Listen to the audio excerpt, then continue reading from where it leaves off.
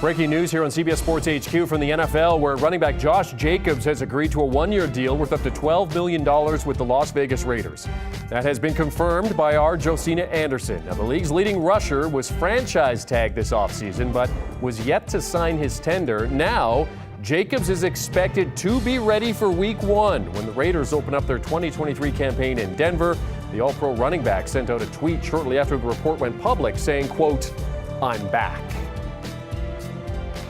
Let's bring in Josina Anderson for more on this. Josina, obviously, we were kind of waiting for what was going to happen with Jacobs. We'd been hearing throughout the week that he was going to be returning to the Raiders. Now he has the one-year deal. Give us some of the details here in terms of how this came about and what it means for Jacobs.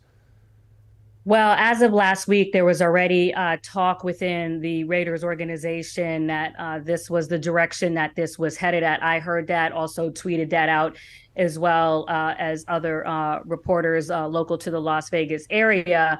But really the sentiment was that they had optimism that he would be returning before Week 1 and that this deal was going to get done. So today, with the announcement that they were able to work a new one-year deal for Josh Jacobs, really is just a sign of acceptance from Jacobs himself, because I can tell you in all of my conversations on this topic going back to the combine, I know that the organization has been open to getting this deal done. This has always been about, the numbers and what they could agree on. And obviously there is context, because going into last season, when it was the beginning of Josh McDaniels' tenure in Las Vegas, remember, they did not exercise the fifth-year option on Josh Jacobs. And then what does he do? He goes out there and becomes the rushing king. And then now you have a situation entering this year where he gets the tag, doesn't sign it, and obviously feels like by leading all of the running backs in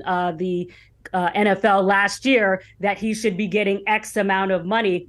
And what makes it more complicated is that at the top of that heap, you have a Christian McCaffrey netting a $16 million deal at an average for the running backs in the league. And everyone's kind of weighing themselves against that, when this is now the 2023 year and the obviously corresponding cap number.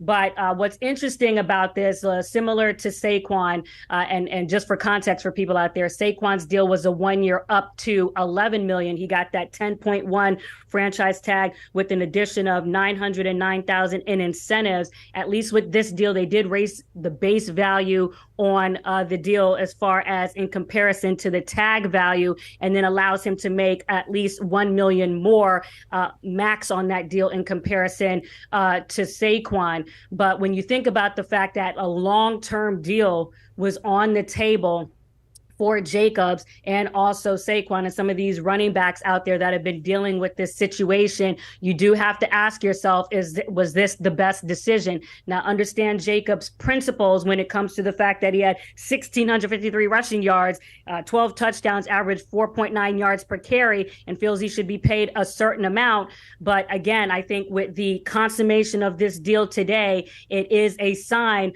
of accepting what is the reality of the market. And you can either do zero and get ready to get fined per game coming up in the regular season, or you can take this bag that's on the table now. Yeah, and as you mentioned, it's a one-year deal. He is getting a little bit more than what Saquon got, and on social media saying that he is back, but obviously, maybe it's a little bit begrudgingly, but he's going to be there, as you mentioned, avoiding the fines.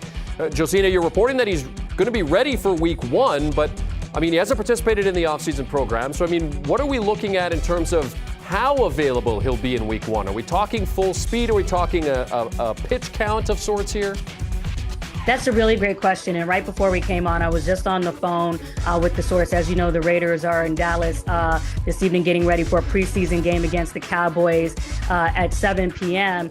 And somebody just reminded me before I came on, they said to me, remember that Josh Jacobs did not participate in the spring program last year. He was not involved in OTAs and things like that. And then as a result of that, and the words of the source, because the staff was a little bit mad. They had him participate in the first preseason game. And then even despite that, he was still able to come out there last season and, get the most rushing yards of any running back out there. And this source just said to me, I don't know what he does in his offseason program, but whatever it is, he's working. So at least per them, they're not worried about his ability to acclimate without being in the full structure of what they do in the offseason. Obviously, you still got to show that when you come out there. Your body changes year to year, soft tissue injuries and that type of attrition is always a risk. But at least coming into this live shot here with you guys just now, I'm hearing confidence that they feel that he would have done the necessary work to get his body ready. And then obviously when he's participating in the regular season, work himself back up to football level activity. Josina, we've been talking about the devaluation of the running back position for what seems like a number of months now. Certainly, we have Jonathan Taylor's situation still out there as he seeks a trade. The Tuesday deadline, of course, continues to loom for him. So Jacobs signs his deal. In terms of Jacobs' one-year deal, is this kicking the can down the road a little bit? Pardon me, or is he going in now as kind of a prove-it year as he looks to get that long-term deal? Well, all of these backs are always going to try to get a long-term deal, just like with anyone in the NFL or just any working individual. You're always going to seek long-term security. Whether they can get it is still left to be seen, because you still have to emerge out of the regular season healthy. And obviously, with the way that this deal is done with Josh Jacobs today, the Raiders can still elect to tag him next year. And as I know, if you're watching the way that the front office acted with Saquon with the Giants and the way that the front office reacted with Jacobs, and from what I've just been hearing in the background with all of these deals, they are going to follow the market. And just like the running backs are trying to do what's best for them when they're looking at the market in the Christian McCaffreys, the front offices are doing the same. They're evaluated on how they execute these deals relative to the market. And what was emphasized to me as everyone's trying to figure out what their worth is, you can't just look at, a deal right now that's kind of an outlier like Christian McCaffrey. You have to also take into account the history of deals in the past too that also inform the market now. So when you have a Todd Gurley, when you have Ezekiel Elliott, when you have a David John or whoever it is getting deals, and then they look at how they perform after those deals, that type of history is also informing the line of demarcation that you are seeing with the running backs now. Senior NFL insider Josina Anderson joining us to discuss the breaking news. Josh Jacobs signing a one-year deal with the Las Vegas Raiders worth up to $12 million.